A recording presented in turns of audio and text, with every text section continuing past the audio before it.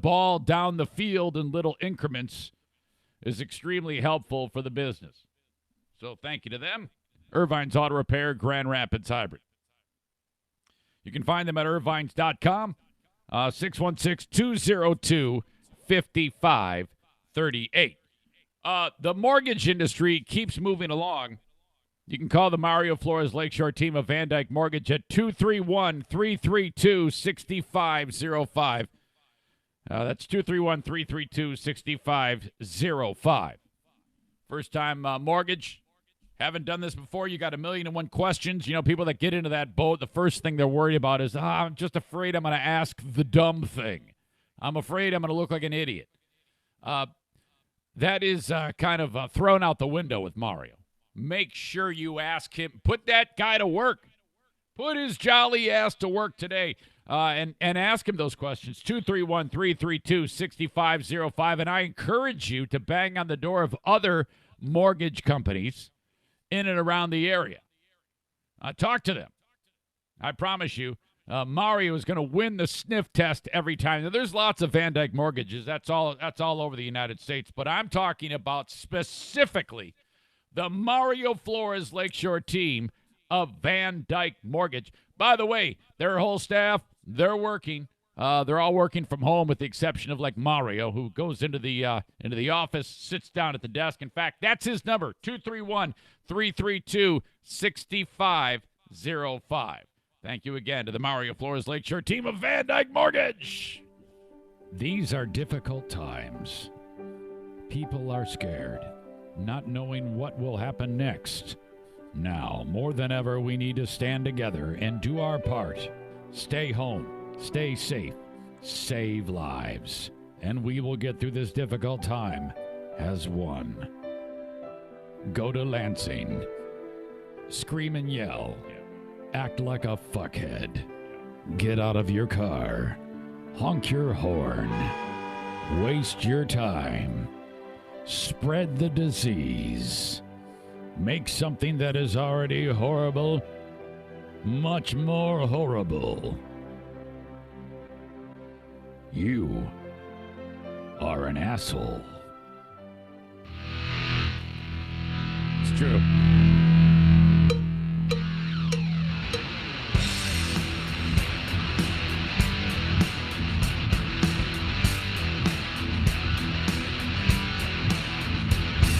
And now, here's a guy who has never won a congeniality award at any radio station anywhere. I will fight you in the street. It's the Eric Zane Show podcast with your host, Eric Zane. Hey, welcome to the Eric Zane Show podcast. This is the daily show covering news, nonsense, and my personal adventures. I don't know. Seems to work. We're somewhere around 330 times we've done this since I was pushed off the plank from the sinking shithole ship that is radio. Oh, my God. Oh, blessing in disguise. Thank you, Jesus, Mary, and Joseph.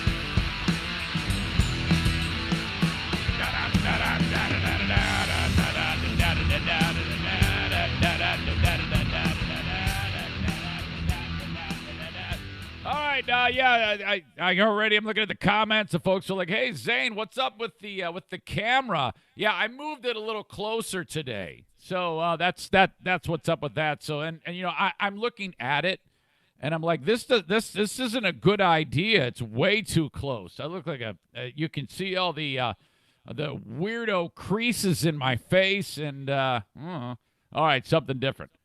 But welcome to everybody that is enjoying the podcast right now. You can get it one of several ways. Facebook.com/Eric Zane fan page. I'm on YouTube. Let me back up. I'm already getting ahead of myself. Facebook is brought to you by Irvine's Auto Repair, Grand Rapids Hybrid. On Twitter, I do Periscope videos at the exact same time. The Blue Frost IT Twitter handle at Eric Zane Show. All right, if that's your thing. Or if you like YouTube, and if you're on YouTube, please subscribe to the page. I'm trying to get 4,000 hours viewed. You can't do anything in terms of trying to get, like, monetary advantages on YouTube until you get, like, 4,000 hours. I've got 2,000. So, actually, you're going to help me the most you will help me the most if you watch it on YouTube, or at least just subscribe to the page. If you subscribe to the page, that is awesome. If you watch it on YouTube, I'll get credit. It's all about internet points in this day and age. That's how I move the meter. Okay? As always, email the show, eric@ericzaneshow.com. If the thing goes off the stream and it explodes and you can't see me or anything, text my wife. It's bare bones when if things go kablooey on the live stream. I don't know it. There's no way I can figure that out because I'm too focused on you and talking to you. It happened just recently where, like, my wife you guys texted my wife and said, would you let Eric know that the stream is screwed up and he needs to reset it? And I'm in here going, rah, rah, rah, having a temper tantrum, ranting and raving, not even knowing that it's all frozen on my face and weird. She comes in, taps me on the shoulder and says, hey, honey, it's all screwed up. You're going to start. Fuck. All right, so that's exactly how that works. Yeah, the reference to the getting pushed off the plank of the sinking ship that is radio, and boy, it couldn't be more evident than right now. And not that I enjoy bashing them. Yeah, I do. I posted a stat that 73% of people polled say they don't even have a radio at home, which is shocking. Now, actually, it's not. I mean, most people, for whatever, only listen in their cars. So if you take away a person's ability to go to work, you've taken away their ability to actually listen to their favorite radio shows on the radio. And the only way radio stations actually get ratings is by listening to an actual radio. This thing behind me, this old school, made to look old school radio that I have behind me, which I do put on from time to time, is the only way radio stations get ratings. And you might be like, well, how does that work? Well, listen to this shit show archaic way of doing it. They send you a book and you have to write down how much you listen. It's called a ratings diary. And there are some of the bigger markets, there's actually an electronic device that they use, but it's also weird. But all the markets that I've ever worked in, they have this journaling method. So now people don't listen to the radio during this. That's all temporary because once they get back to work, they'll be able to listen to the radio again. But radio is taking it on the chin right now so much that they're laying everybody off again. You thought it was bad before. It's happening again. Now, how shitty must it be if after, however long this has been, and the layoffs have been going on almost like about a week after all the shutdown began. Radio immediately, 1 week in, decides to start firing and laying people off and furloughing everybody left and right. And it's like, my God, are you telling me that entire industry is so on the razor's edge that all it takes is this catastrophe and everything shuts down? What the hell? And it's like, yeah, well, you see the salespeople can't sell. And why not? Why can't they? Well, yeah, but everything's shut down. Well, ask the businesses to advertise that aren't shut down. That's what I'm doing. I'm doing okay. How come I can do it and you can't? It makes no sense. Yeah, well, the salespeople aren't at work. So what? I don't see anybody face-to-face. Call them. Do it electronically. There is no reason why any of you need to have this happen face-to-face. And my wife said, she goes, how are we surviving? I go, well, I'm kind of just trying to build bridges on businesses that aren't closed right now. That's it. There's no magic potion here. Just price it accordingly and be fair about it. My God, how hard is it? When I started the podcast, I had that clip from the Pure Michigan ad campaign. Now, a little bit of pulling back the curtain how this thing started, because let me just tell you, it has been absolutely gangbusters in the amount of people that have watched that for me. Now, I mean, for me, 1,000 views on YouTube is absolutely gigantic. So it's all relative. I'm a very, very small fish. But in an effort to stay out in front of your audience and do fun things that engage them in some way, shape, or form, Victory Eric and Victory Mike. And here's what I mean by that. it was on Wednesday of last week that I just on a lark busted out the script. I think it was on a Patreon video that I did of the Grand Rapids Drive. That's the basketball team that I work for in the NBA G League. And they said, hey, we're going to do a little like warm and fuzzy thing when you cut some work parts for us, some audio. We're going to throw it to video. Absolutely, you got it. I just happened to read the script. And I did it in my best announcer's voice that I could muster up in 1 second time. And so I read it. And then I said, yeah, they should add video. Somebody should make a video. And then I right away thought of Mike. I go, yeah, Pellerito, here you go. Make a video of like all the morons in Lansing having a party protesting the shutdown. And then add these words to it. And I add all sorts of like insults like be an asshole. Make something horrible that much more horrible. And I like voiced it that way. Now, I was half serious, and I thought if he catches it, I know he's going to put it together because he always does. He's like really in tune with the arts and crafts. Guy was born to be a radio guy, a radio producer. Don't put a microphone in front of in front of his face because everybody the blood will run out of their brain and they'll die from boredom. But when it comes to making shit, the dude is top notch, okay? He's got it. He's got the skills to be a radio person or a content person, I should say. Radio is here I am dogging radio and then calling somebody a radio person is kind of an insult, actually. He makes the meter move in terms of content. So I didn't really think much more of it. Thursday, I was talking, okay, so Thursday comes and goes, and let's see, I was planning because Friday I was off because of my mother, and I'll talk about her in a second. This is much more important than my mom. I go ahead and I'm sitting here like putting together the best of. I did like a dude Shadoway thing, and I forgot why I was talking to him.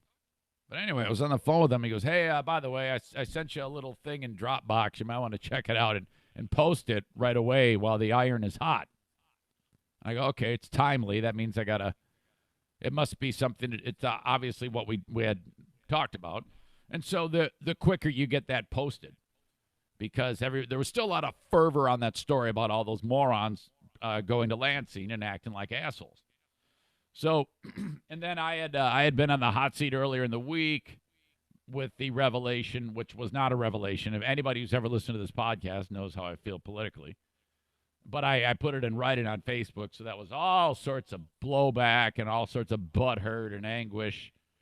And then the other side, all the red staters are yelling at me because I'm giving shit to the people that are protesting.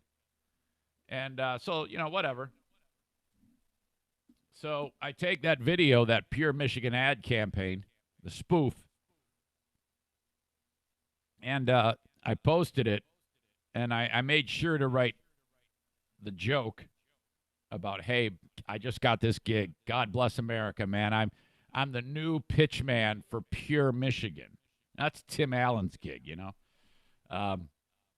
So I posted my video, or Pellerito's video. And with those lines, yeah, hey, check this out, man. My ship has come in. I just got this great gig as the voice for Pure Michigan. So most people don't think that this is a spoof. And then it starts out with, panoramic scenes of, the cityscape, various communities, people in their homes, sheltered in place, and all the language from the Grand Rapids Drive G League commercial that I did, all added. Same thing I said on the, hey, Mike, make this a commercial.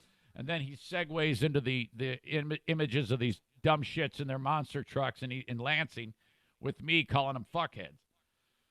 So I posted it, and I had I posted it on YouTube because I need more traffic to YouTube these days for the reasons I was talking to you about earlier in this podcast. And there's a setting on it that if somebody watches it, there's like a ding.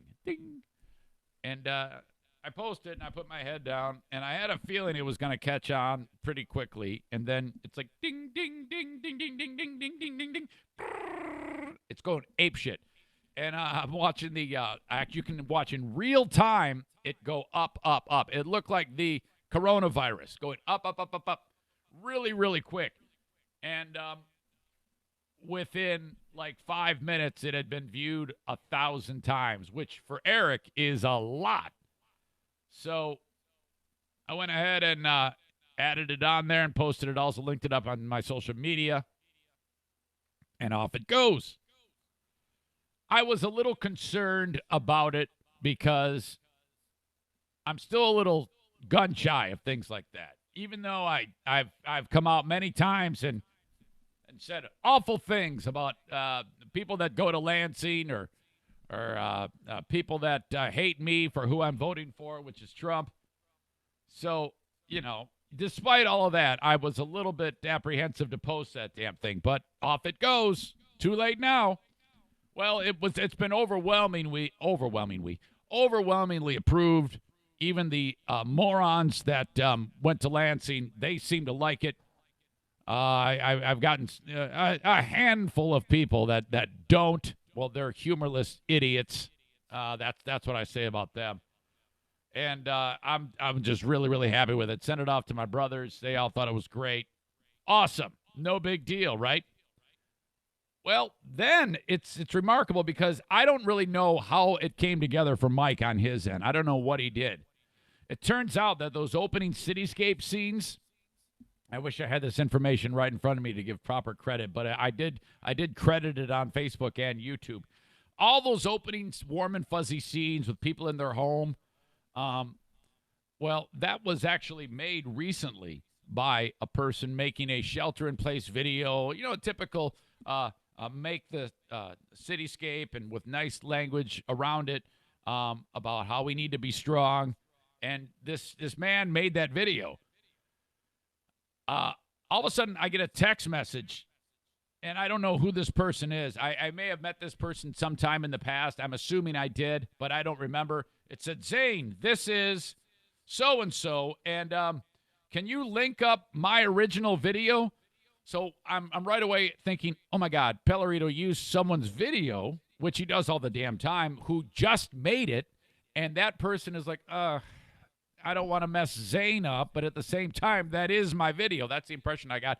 So right away, I was like, holy shit, I didn't know anything about this. I mean, all I did was voice it on my Patreon, and someone else did it. But, okay, absolutely. I want to make sure that I don't want to get sued is what I'm getting at. So that all happened within the first half of an hour of posting that damn thing. I also got a heads up from somebody who used to be my boss at the Griffins, dude named Phil Cronin. Phil goes, oh, my God, I'm in that video. I'm like, you are? He goes, yeah, I'm the one holding the baby. He was in that original piece of footage, not of all the idiots in East Lansing. But, so that's the story behind that video. Thanks to Mike, and thanks to everybody for watching. I appreciate that. Share it if you would. That helps your old pal Eric. Maybe I'll get some voice work out of it. Okay, so why I was gone Friday, as you know, was my mother. This is breast cancer surgery. And, man, I tell you what, I heard from so many people that were like, man, did we just hope and pray that she does awesome? And she did. She did do awesome. She did really, really fantastic. This could not have gone more smooth. I'll tell you what, the pragmatic and thorough approach done by all of these surgeons, doctors, nurses, and nurses' aides at Royal Oak Beaumont Hospital is second to none. You are one of the most active areas for coronavirus in all of the United States outside of New York.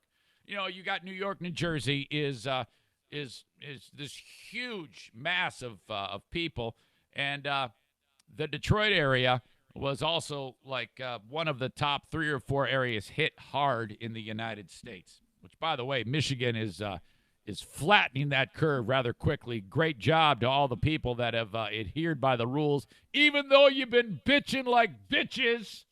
Well done and staying home. Just keep your ass there for a couple more weeks, you big pussies.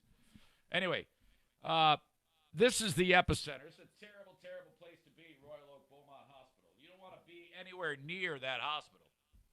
But there we are, naked to the world, in front of every kind of girl. Yeah, Double Voice Zane made an appearance back at the last podcast on Friday. Baby.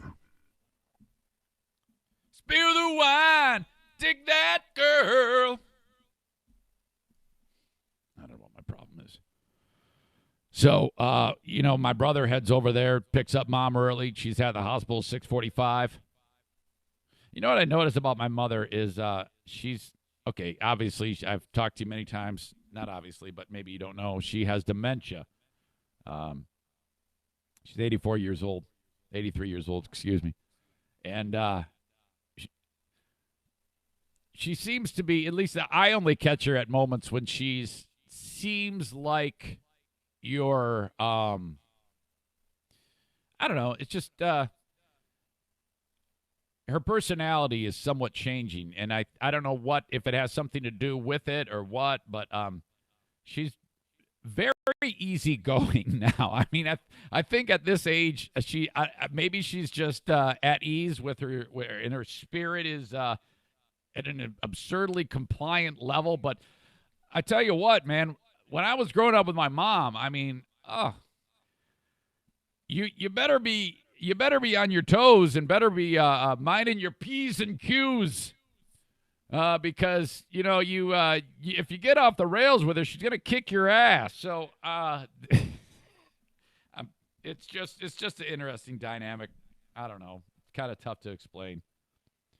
But so then I drive over there. My brother has picked up my mother from where she lives. I never say nursing home or assisted living. It's an apartment where there is medical care if need be. Wally cannot go. My stepfather cannot be there because, again, you don't want the elderly in a hospital if you don't have to. And then he'd bring it back to where they live, and then the whole place gets wiped out if he does have corona. Excuse me. So my brother picks her up, takes her over there, gets her going. I drive over there. Midway through the drive, he goes, she's actually going in for surgery right now. It might take 2.5 hours. 40 more minutes of driving. I get out of the car. I race into the hospital, and there is my brother, and the surgeon is right there. She's done. She is done with the procedure. She's completely head to toe in the hazmat gear, and she is the one I've told you about earlier that gave me the lowdown on my mother. She's really, really excellent surgeon. And she described this to me. She goes, all right, that tumor hasn't grown that much more, Jim and Eric. It was only 5 millimeters. And then I removed 5 centimeters of tissue surrounding it in your mother's boobie. And she goes, I am very, very confident that this is a flawless effort from everyone's part.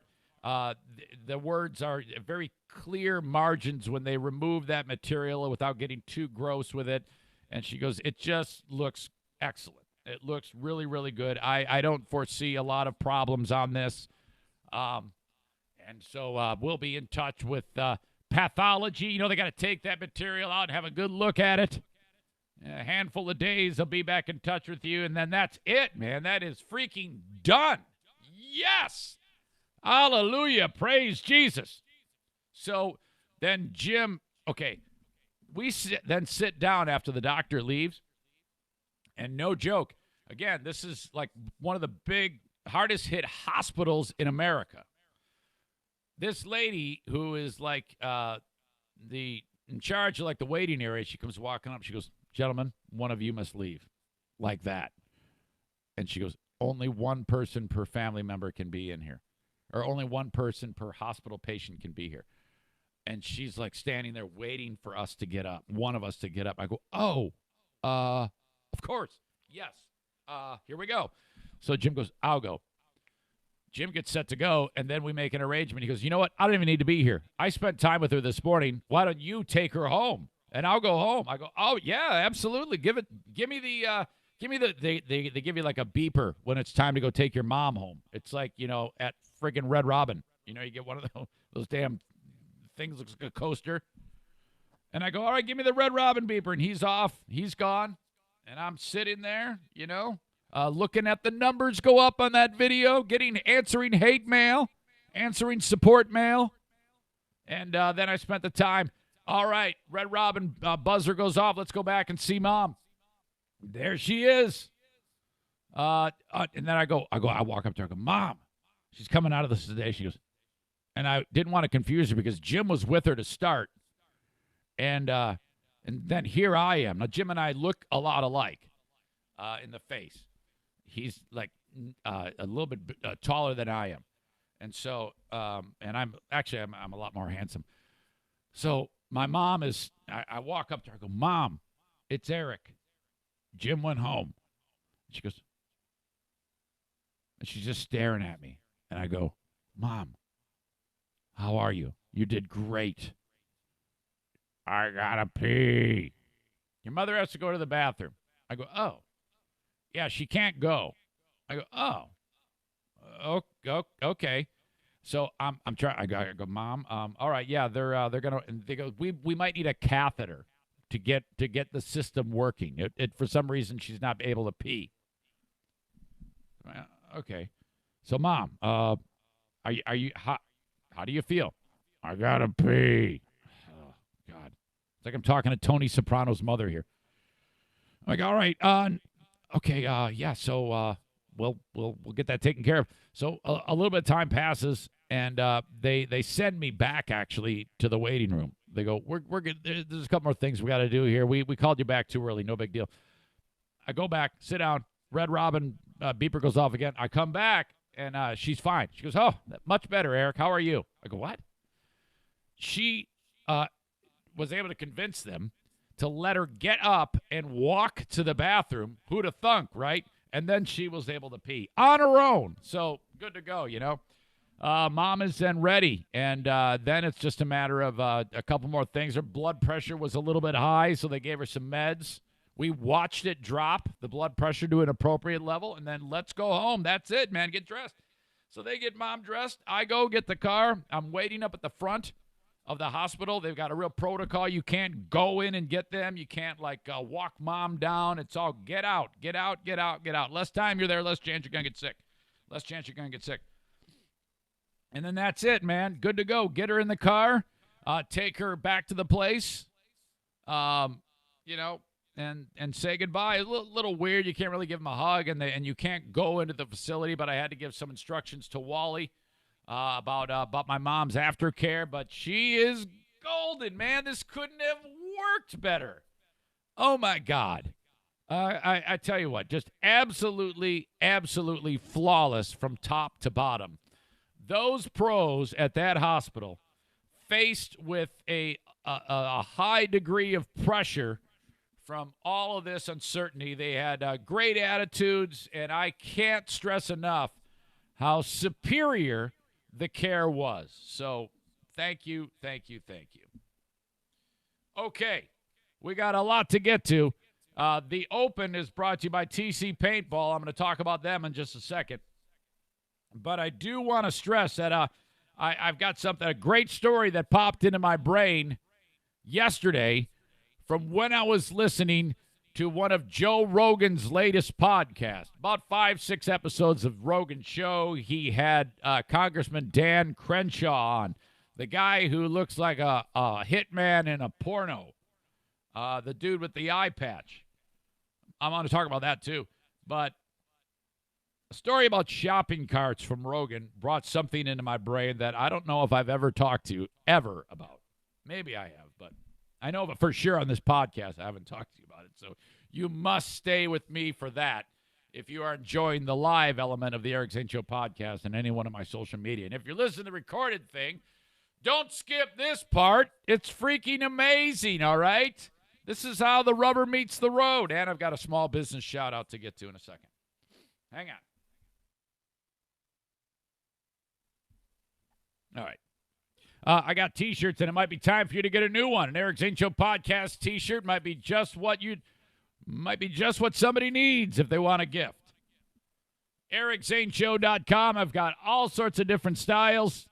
thinking about doing an overhaul in the styles. I'd like to do one mentioning the Fear Bunkers, since that's kind of where we've been for the past month and a half. But get yourself a T-shirt; it really helps, and they're under $25 with the shipping. It's a great price. All right, of that, I get $6. Thank you so much. I appreciate you. All sorts of different styles, colors, sizes, long sleeve, short sleeve, hats, jogging pants, all there at ericzaneshow.com. If you could, go to tcpaintball.com, tcpaintballgr.com. Let me make sure I got that right. tcpaintballgr.com, and get ready for the next paintball event. Okay? Rick is getting the outdoor place set up. He better have it done with all this extra time that jackass has on his hands. And he just got an extra $50 from Fear Bunker Trivia. 616-249-8227. That'll make all the difference, right, Rick? Call Rick and get a gift certificate, a gift card. Get $100 worth of paintball play for $90, and you get the patch, the Paintball Park Supporter 2020 COVID-19. All right. So what that means is if you like to support the Eric Zane Show podcast by showing up at my Paintball Wars, it's $35 a pop to play paintball at those events. If you got the gift card in advance, you're basically covered for almost the next 3 paintball events. So you're going to spend it anyway. Would you spend it right now, please? You're really going to help Rick out, man. He's taking it on the chin with not being able to run his business. tcpaintballgr.com is where you go, and Rick sponsors the Open today. Also sponsoring the Open is Senor Martinez from A&E Heating and Cooling. He's essential. He's still at work. And if things go kablooey on your end with the AC, the heating, whatever it is, 616-516-8579. A&E Heating and Cooling, they utilize Comfort Maker heaters and air conditioners. The best, #1 in the industry. If you have a Comfort Maker, man, are you set up. That is Rick's company of choice when it comes to the stuff that he puts in your home. Comfort Maker. Now, you call, I'm sorry, did I say Rick? Joe. Rick doesn't do heating and cooling. Joe does. What an ass. If you want to reach out at 616-516-8579, here is the promo this time around. The trip charge is waived. All right? Normally that's $65 just to get Joe in the door. That's waived. And he's going to throw an additional 10% savings when you mention the Eric Zane Show podcast. So whatever you have done, the trip charge is waived, whether it's a small repair, big repair, or an install, whatever it may be, and 10% off to everybody that mentions me, not just senior citizens or active or retired military. Everybody, 10% off with 616-516-8579, A&E Heating and Cooling. Well, since this all went crazy, I've been working hard trying to do what I can to help out some of the local businesses in and around the community. And one of them is, in fact, ready to go right now. You may remember Hilliard's Corner Lounge. That's where I did the one Eric Zane Show live podcast, which was kind of a catastrophe. Kevin Stein from Hilliard's Corner Lounge joins us now. Hilliard's. Hey, Kevin, Eric Zane, how are you? Good. How you doing, Eric? No complaints. You're there early. What are you working on? Just doing a little bit of cleaning, and we're getting ready. We're doing a bathroom remodel while we're closed to the public, really. What type of remodel is it? We're remodeling one of the bathrooms down here. Okay. All right. Now, how long have you been running Hilliard's Corner Lounge? So my parents actually purchased it in 1989, and then sold it, and then reacquired it in 2016. So we're going on our 4th year back in here. That's going to be this summer that we'll be in here for 4 years now. So a little dirty laundry on the reacquisition. Did somebody run it into the ground? No. They actually they took pretty decent care of it. Yeah. I actually didn't live in the state at the time, so I don't know all the details about it. All right. But it left us with a pretty decent building. All right. Now, tell everybody where exactly you are. Is it Hopkins? Yeah, so it's Hopkins Township. Hilliards is kind of the little village that we're in. There's not it's not a really well populated area, but Right. it's if people in the West Michigan area know where Wayland is, we're like roughly halfway between Grand Rapids and Kalamazoo, kind of out in the boonies out Oh, here. absolutely. Did you ever see the film Roadhouse with Patrick Swayze? Yeah. I actually, when we got back in here, I had a friend tell me that that should be our training video down here. Oh, yeah, absolutely. That's what I pictured. I pictured Jeff Healey playing the guitar on stage with, like, chicken wire around him and people starting to kick ass. That's... Yeah, we... Yeah. We don't have the chicken wire anymore, but pretty much the same thing.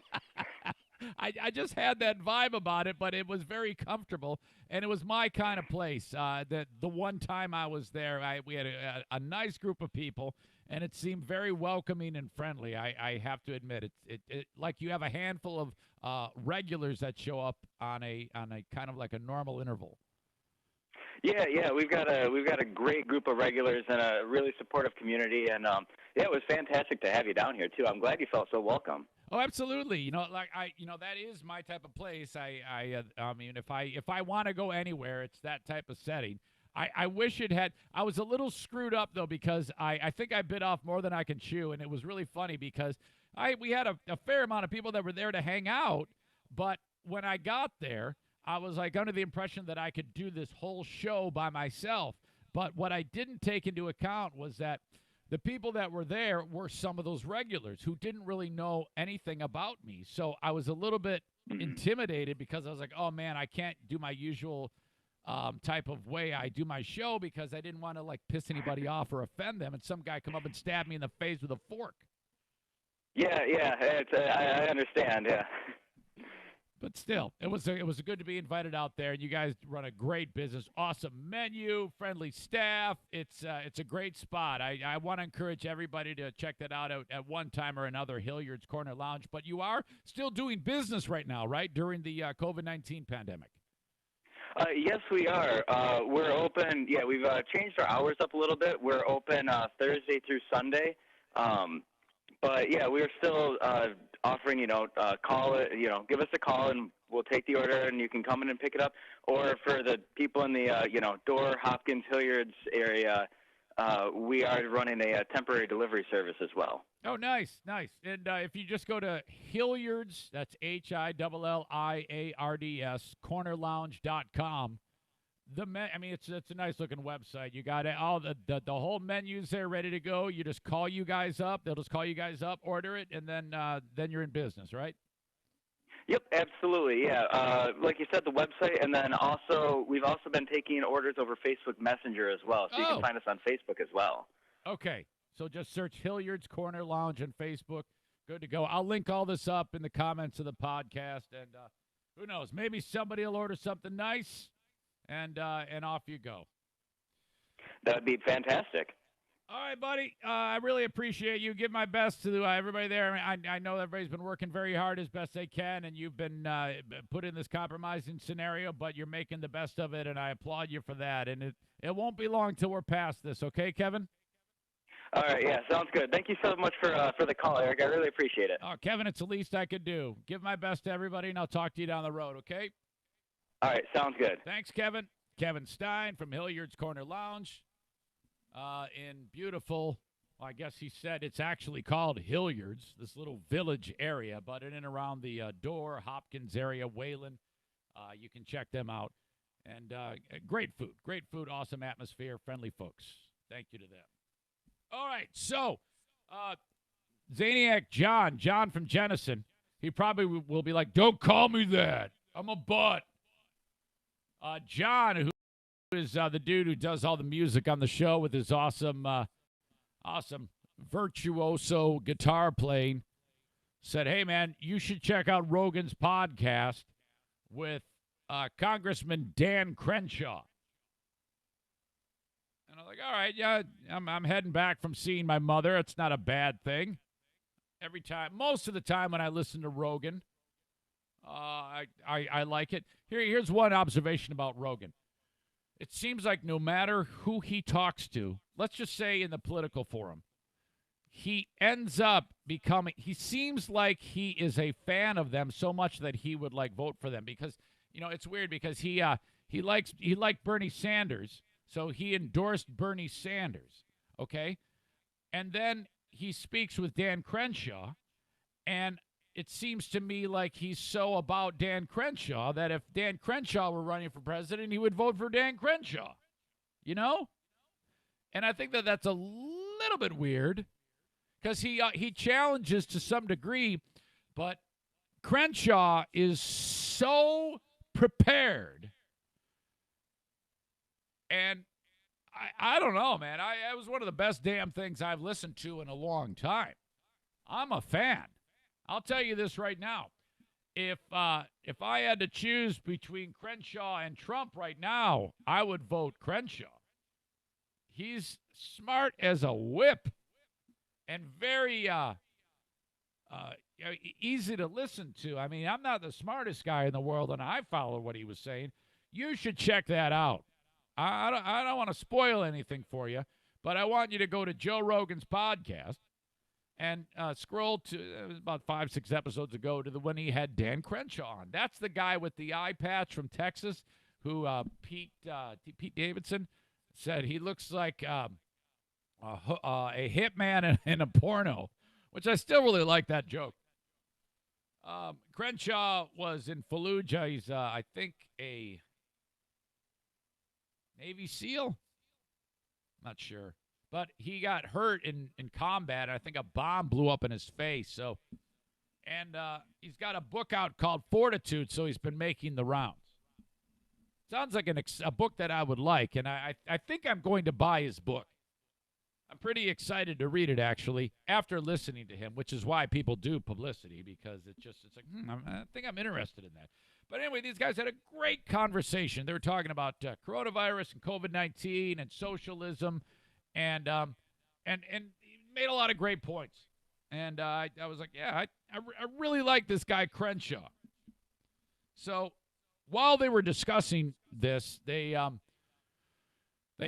somehow Rogan got on the topic of pushing your shopping cart. This is the only thing I'll spoil for you. Back into the corral.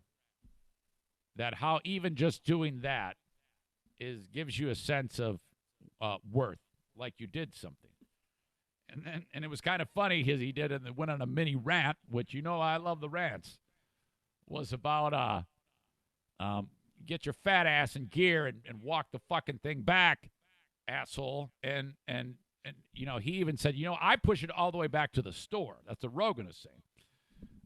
And so that was actually a highlight of it. It stuck out to me. But while I was listening to that, something popped into my brain that I haven't thought about since in probably 30 years, maybe more so. And I don't know why it popped into my brain, but it has to do with shopping carts. So here you go. Personal stories of my adventures. This is one of those. And I think I might have told this before. But I looked when it popped into my brain yesterday, I cringed that, oh my God, you did that. You actually could have killed someone. And hang on. So here goes. Very illegal. Very, very illegal what happened here. And very dangerous. When I was probably 16 or 17, we would drive around and look for shit to do to get into trouble. So I'm in, I had 2 Catalinas. There was and we did this with both of them, but this was the first one. The first time we did this, it was the most devastating. 16, 17 years old. I got this old beat up Catalina. Not the one that I wrote the song about, but I actually had 2 of those fucking cars, if you can believe that.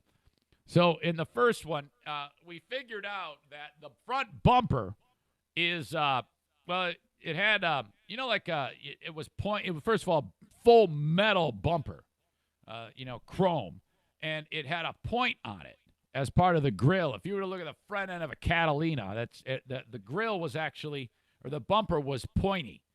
And then on each, there was 2 of these uprights, kind of like what you'd see in a cop car, but they would go kind of up and down on this one in particular. Not all these cars had this, but they all had that pointy bumper. So I don't know if this used to be a cop car at one point or what, but we figured out that the Kmart carts, if you would position them right in the middle at that point, that those things that were upright on the bumper and with the uprights and the point would almost like nest right in there perfectly.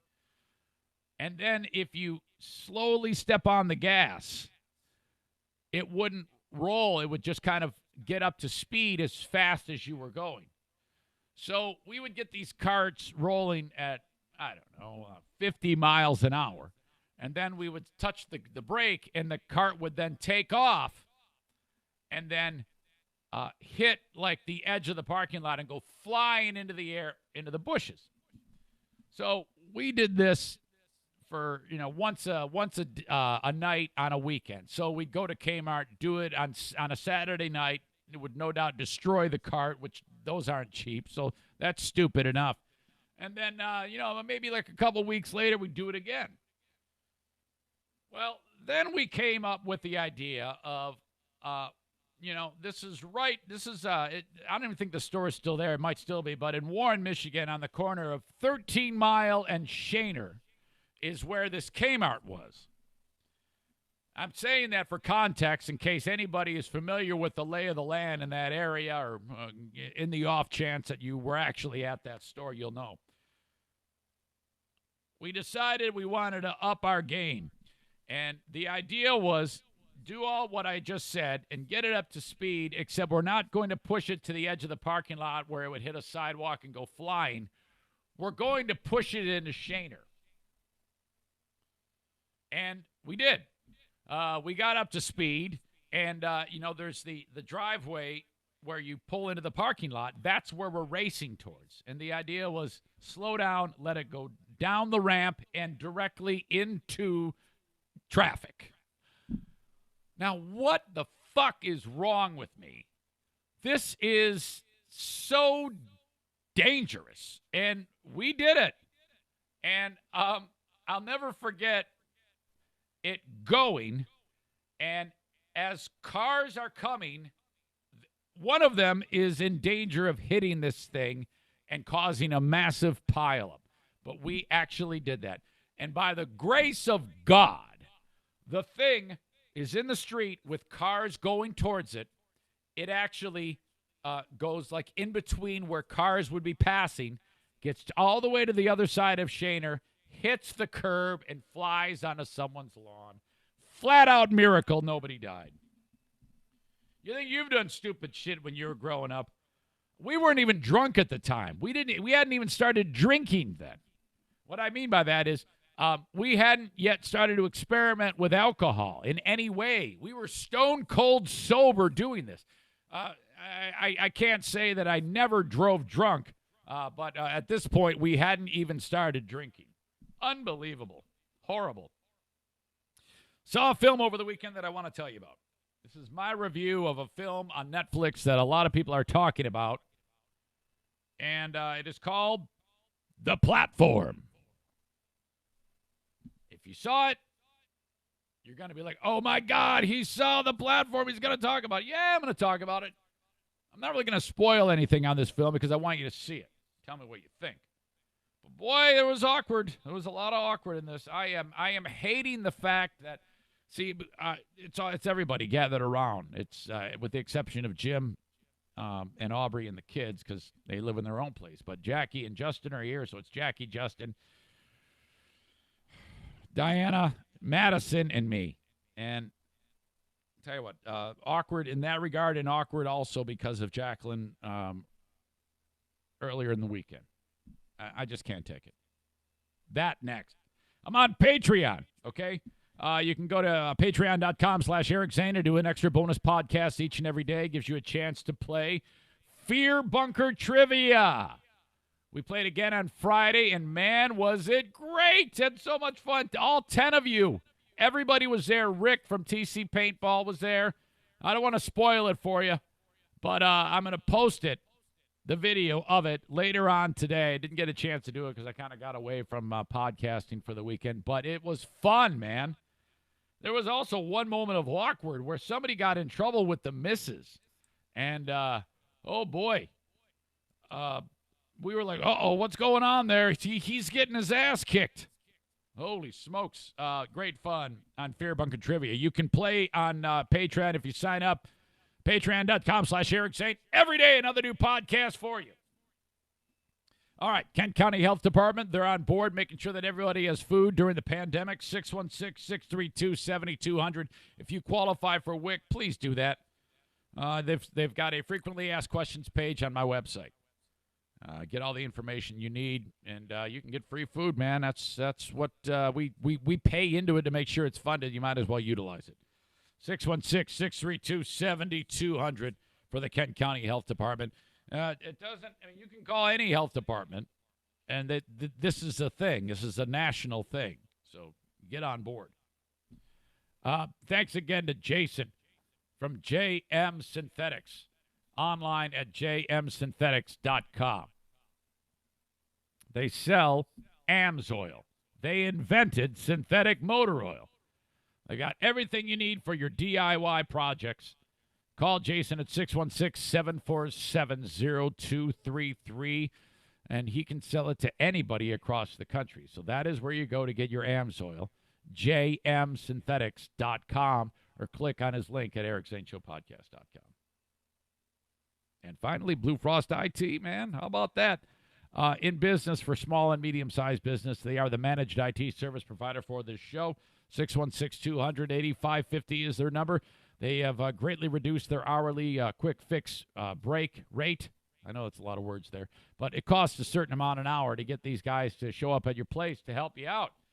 But during the pandemic, they have reduced that by more than 50%, way more than 50%. 616-200-8550 or bluefrostit.com. And they don't even need to be in your home. They can do it remotely. A lot of your employees are working from home. If their setup goes south, you need to get it fixed so they can stay in business, man. 616-200-8550 for anything you need concerning a computer. Reach out to Blue Frost IT. So the film is called The Platform. You haven't heard of anybody who's acted in it. But a lot of the times you get these films, and they're kind of like diamonds in the rough. Netflix joint. I don't think it's been out in any theaters. I think it's a Netflix film. So this is a weird movie, but I think I like it. It's a pretty interesting story. What you got is it's a place where people are incarcerated in a prison that goes straight up in the air. All right?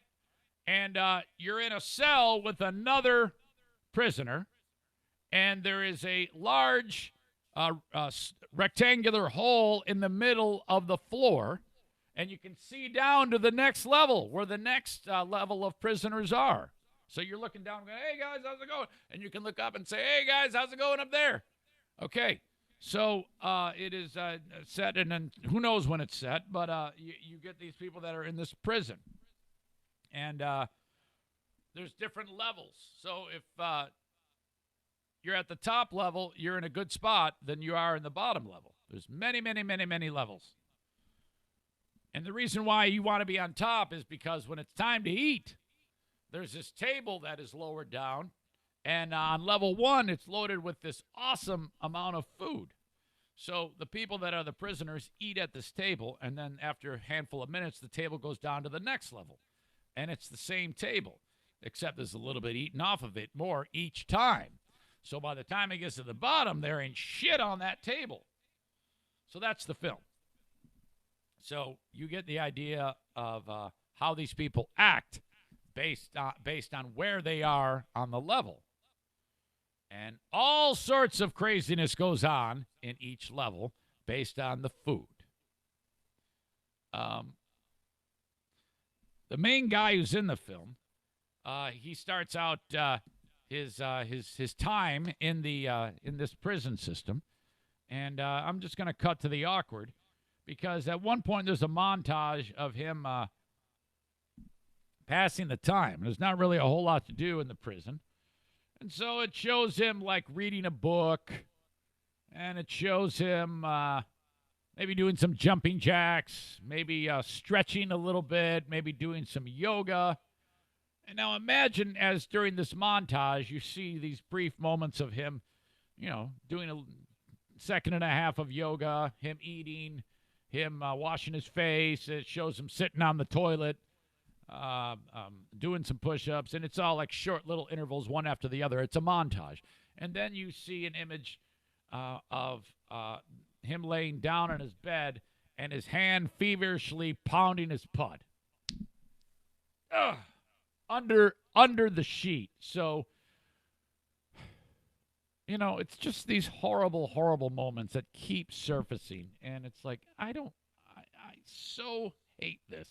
It's so burned into my brain that I am watching with my daughters a man pounding his pud. It's bad enough with Jackie, who is a bull in a china shop. Madison is a different personality, and she's, 5 years younger. And so it's just, oh, God.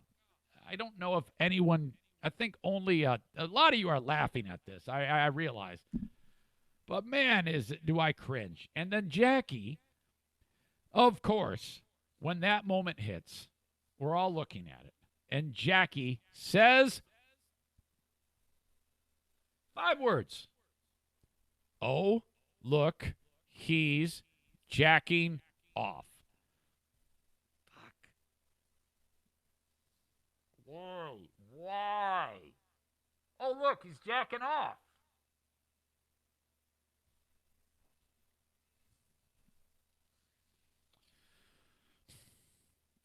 Jackie. Oh, come on. You talk like this all the time on your show. I go, hold up. Pause it. I go, Jacqueline, it's the combining of these worlds in this absurd fashion that's, off the rails. It's just too much. You can't, I don't want to sit here and. So I'm pissed at her. I'm incredibly uncomfortable. And I'm mad at the filmmaker, whoever the idiot is that made the platform. I'm just like, God, just try to block it off and then continue the film. So bad. Oh. This film, by the way, is pretty gross. And I found out later on that it is a social statement. You'll have to read up on it on your own. It's pretty screwed up, but I think it's a pretty good movie. I think you would like it. Well, I can't say I think you would like it. Hell, I don't know. I'm saying this to a mixed audience of people. I liked it. All right. Call the platform uncomfortable as shit. Not done with the uncomfortable, though. Actually, prior to that at the house, same group of people. Jackie busts out her phone. I said foam. Her phone and says, watch this. And it's a TikTok video of a girl laying on a bed. And it is, I'm not exactly sure exactly how it goes. But in my mind, it is she's laying on a bed and there's a baby, a dancing baby on her belly as she's laying there. She is clothed, but she's laying there on her belly with a dancing baby. And there's something about a guy saying, I'll go get a towel so you can wipe that off. Now, I kind of figured it out in a second, but Jackie doesn't know that I know it. And so I'm acting dumb like I don't know what it is because I don't want her to elaborate. Madison's sitting right next to her. She doesn't know what the hell this is.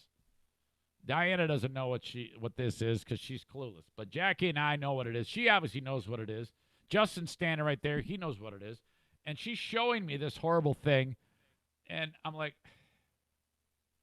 and I'm uncomfortable, but I'm playing dumb. I go, yeah, I don't know what that is. And I start to walk away. And she goes, oh, yeah, it's a joke about the pull-out method. He did it right there on her belly. She says that. And I'm like, so this is my weekend. This is, and I it was awful. And a lot of time passes. I go for a run, and, I'm with my own thoughts, running a few miles, and I've thought about this, and I'm really upset. I'm really, really mad at her. But I can't, yell at her, because then she's going to flip out at me. Everything's got to be, calculated. You can't just say, knock it off. That's not gonna work with her. So I get in from the run, and I go, hey, earlier, that. We can't have that. I hate it so much. Can you just, she's looking at me like I'm crazy. I'm like, don't look at me that way. This is terrible. It really, really bothers me. Can you not go down that weirdo road anymore? Is there any way now? And Diana's just being quiet, and I'm thinking to myself, can you help me here? Can you say, yeah, Jackie, that's seriously? But no, I'm left to be thought that I'm crazy. Am I alone here in this? This is so. I've been bitching about this exact thing forever. And she again says, oh, you talk about this on your podcast all the time. Jackie, it's not the same. It is not the same. The podcast is different. It is way different. When I am here behind these walls and there's not someone who's watching it, or there's not a microphone on me, I'm a father. I'm not some sick fuck who wants to hear this shit in front of his kids or his wife. What the fuck is wrong with you? Terrible. So upsetting. I hope she's watching this to know how upset I am. She's probably laughing her ass off. I know you are, you bunch of idiots. Jesus. Oh, look, he's jacking off.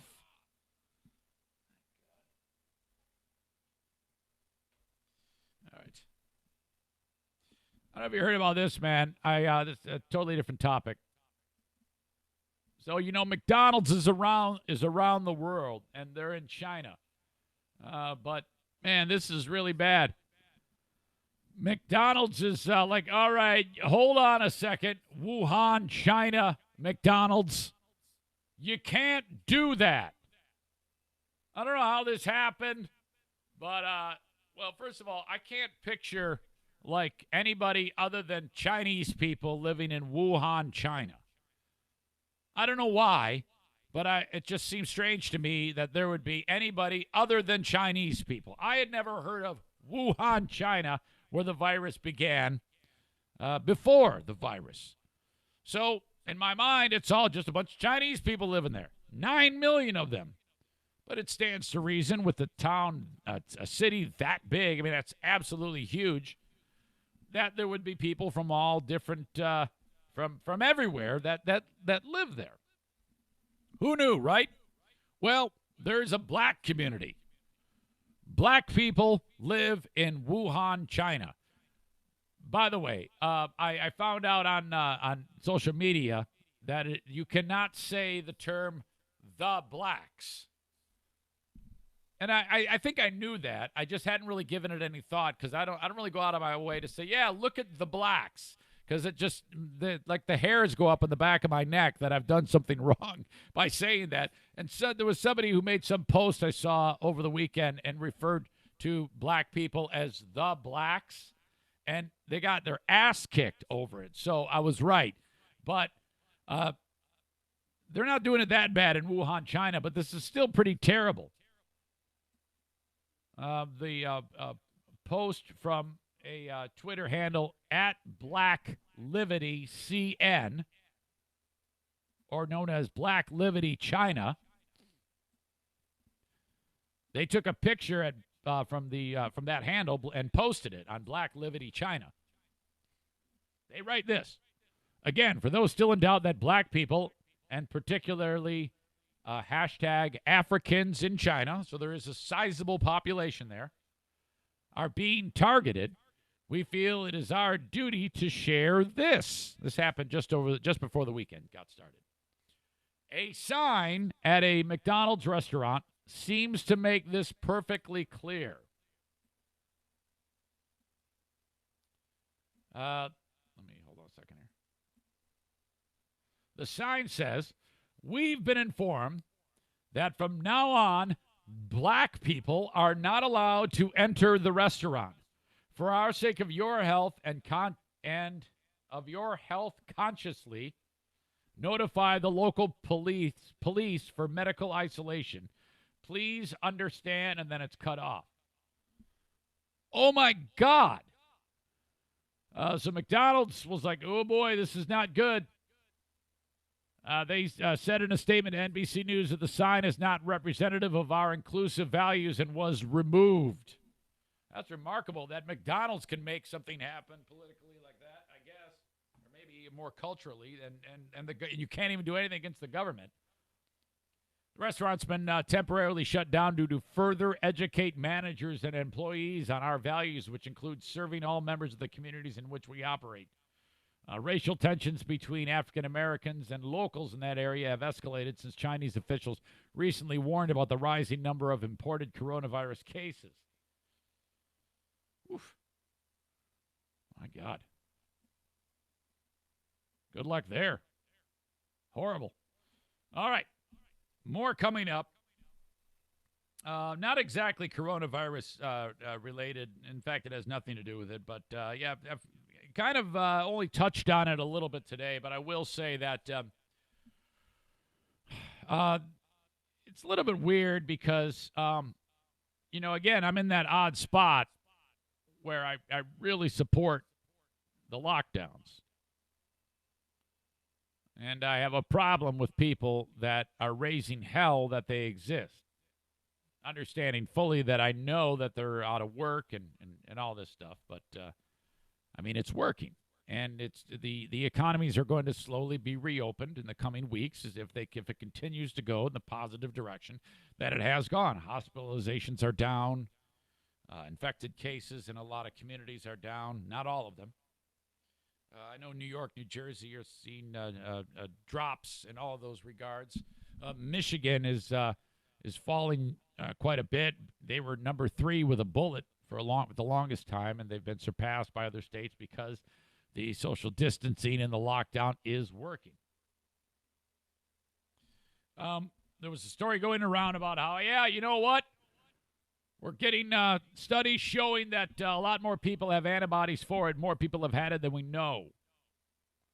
And first of all, you need to understand that those tests that they're being done on those people aren't the most reliable. So there's that. And it's a lot less scientific than is being alluded to in the stories about those tests, which show that 50 to 80 times the number of people may have had coronavirus in any given community, which does, in fact, lower the death rate. And you get the usual suspects that are saying, see, this isn't anything to be scared about. It's like, you fucking moron. There's still 40+ thousand people dead.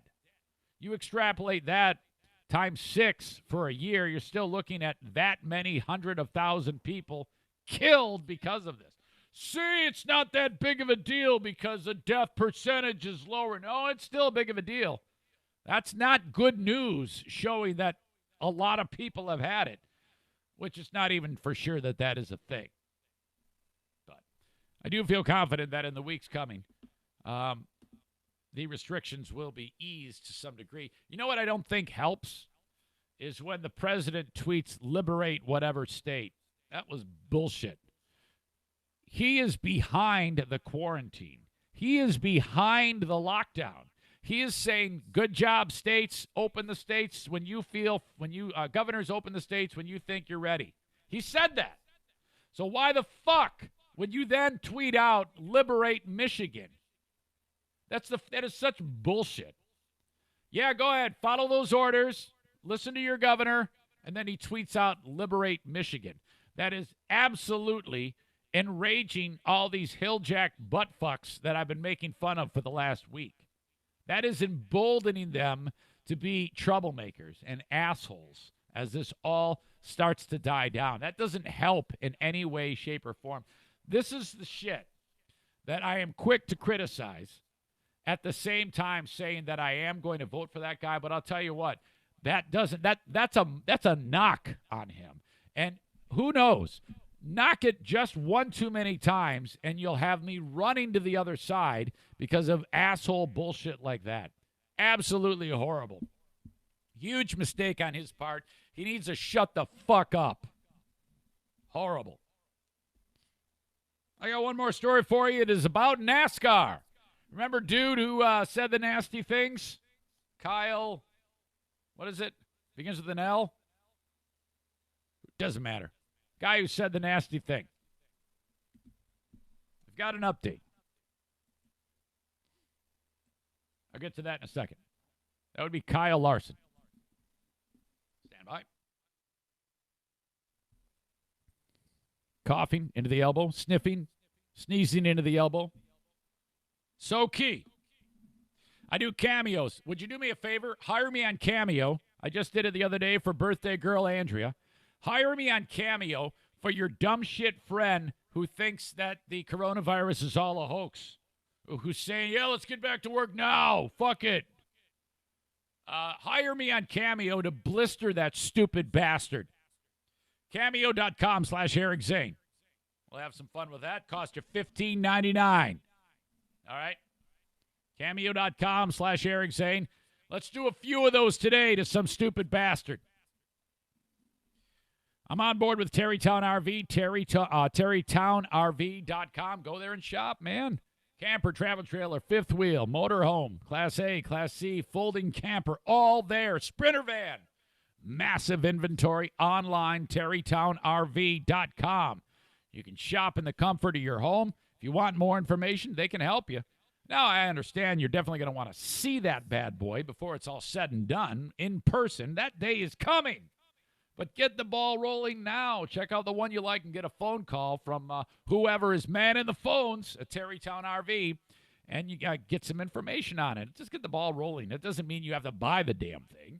But if you're thinking about it, terrytownrv.com, the official camper RV dealer of the Eric Zane Show podcast. I saw the boys from Threads podcast making their way in the podcast world again last night with their online show. You can see it on Facebook. And, of course, threadspodcast.com. Ben and Jason doing a terrific show. I mean, I tell you what, they're more technically sound than my show. Looks great. Looks fantastic. And the boys dig deep on a number of topics that might be near and dear to you. All right? Fun games, and they get real. Boy, do they get real. And Jason's beard, wow, it is absolutely profoundly epic, that beard. Let's get Ben to grow one, too. I want to see if Ben can grow a beard, for God's sake. Threadspodcast.com. Check them out online if you need something to listen to. Good dudes. Horizon Hydroponics, my last sponsor of the day. They have really been able to capitalize on the fact that they're doing business solely online. Well, I guess you can call them 866-791-1664 and say, I want to pick up something on the spring savings. Okay? 12% off your cart with the coupon code FLOWER. I'll take it back. It says offer ends Sunday at midnight. So I guess I got to update the website. Forget I said that. Anyway. HorizonHydroponics.com, HORIZEN Hydroponics.com. You can call, order your stuff, pick it up at either Grand Rapids, Byron Center, Kalamazoo, or Lansing, curbside, or they'll send it to you. Okay? HorizonHydroponics.com. The driver's name was Kyle Larson. Dummy's playing a video game, thinks he can't be heard, drops the N-word. Hey, can you hear me? Hey, N-word. Hard ER. It didn't end with the A, it ended with the ER. Kyle Larson is a white dude. Well, he's half Japanese, but I'm half Armenian. I'm still a white guy. He's a white guy. He had gotten his way into NASCAR through the diversity program. So, yeah, that's a little irony there that he's saying, hey, N-word. Well, everybody threw the book at him. He lost all of his sponsors. He's out of a job. I'm more employed than he is right now. From what I've heard, pretty damn good driver. Made an apology in it. He said, I'm sorry. I talked about his apology. I give him a C- on the apology. If you're going to apologize, you need to, especially that word, you got to be right about it. You got to say, yeah, I got a little too, I've gotten a little too loose with that word. I do say it from time to time. He didn't know. He just said, I'm sorry for that ugly word. He was doomed. Just can't do that, man. For the record, I don't think there's a racist bone in this guy. I think he's probably a great dude. He screwed up, and I don't think he'll ever use that word. I think that as it goes, I'm actually okay with the firing because, I don't want to hear that word used. And if people know that they can get fired when they use that word, well, then maybe the next asshole won't use that word. I do think it goes both ways, though. I mean, if a white guy says that and gets in trouble, I think a black guy should get in trouble too, don't you? That's equal opportunity right there. However, if Dave Chappelle says it and it's funny and I laugh at it, I don't have a problem with it. So maybe I have a double standard too. So when I heard the story that Bubba Wallace says, hey, man, this guy needs a second chance. Now, I don't know who the hell Bubba Wallace is.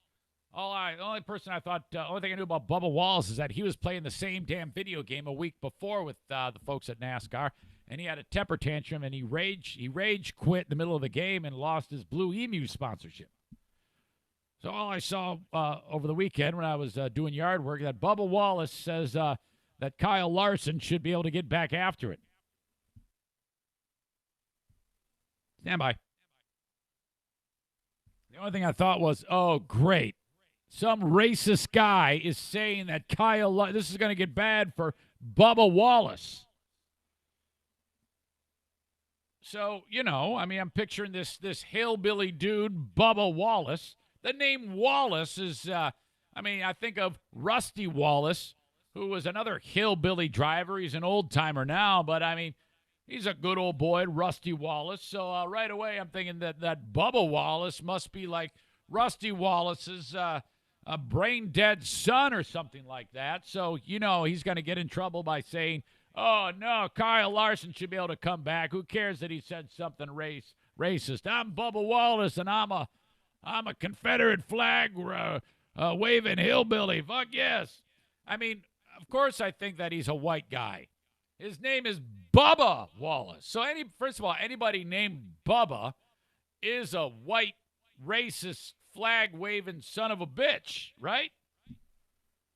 Holy shit, was I surprised when I clicked on the link to read about Bubba Wallace being a racist, and much to my surprise, Bubba Wallace is a black dude. Headline, NASCAR's only African-American driver says Kyle Larson deserves a second chance. So, I'm like, holy shit, who knew? I thought the whole time that Bubba Wallace was a hillbilly, cracker. No way. Not the case. The only African-American driver in NASCAR, Bubba Wallace, said he believes Kyle Larson's apology for using the N-word during that virtual racing event Sunday was sincere and that Larson deserves a second chance. What Larson said was wrong, whether in private or public. There's no gray area there, Wallace wrote Thursday in a statement posted to Twitter. But I'm not mad at him, and I believe that he, along with most people, deserves second chances and deserves space to improve, Wallace said. And I am more than willing to work with him to address diversity and inclusion in our sport. Well, that's frickin' great. Well done, Bubba Wallace. I think I'll just follow the lead of that guy. Yeah, I'm not a big one strike and you're out thing. Everybody fucks up. That was a catastrophe. And I think eventually the dust will settle. He'll be able to meet with the right people and begin anew. So if you are Kyle Larson, you take Bubba Wallace out for a steak dinner.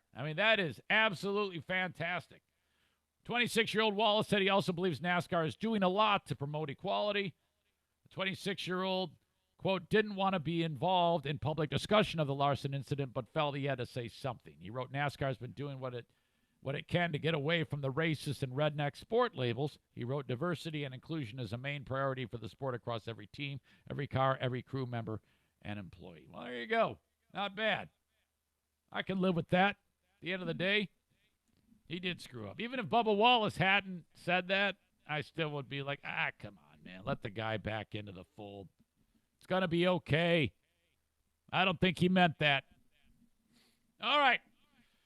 My God, I got a lot more where that comes from, ladies and gentlemen. Each and every day we do this podcast twice. We do it first, this free one. We do it second on the Patreon. The Patreon is awesome because, it allows us commercial-free to stop down with even more stuff to talk about.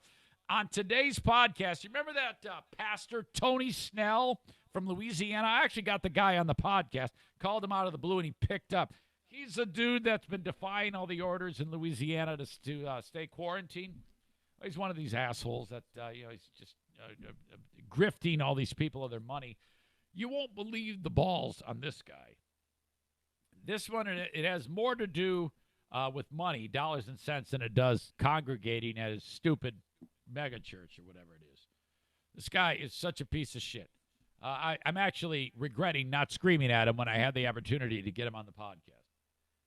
Wait till you hear what he is doing. We will discuss that on the Patreon. If you want in, as you know, sign up patreon.com/Eric Zane.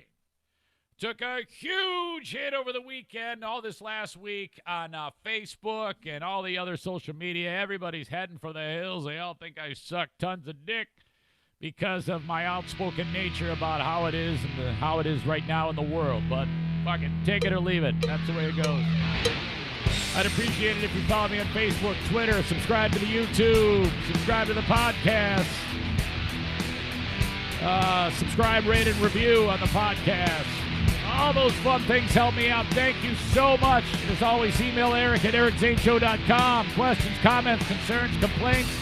You want me to tell you to fuck off, be a dick, and I sure as hell will. Thanks again to everybody checking out the podcast. We'll talk to you down the road. Bye-bye.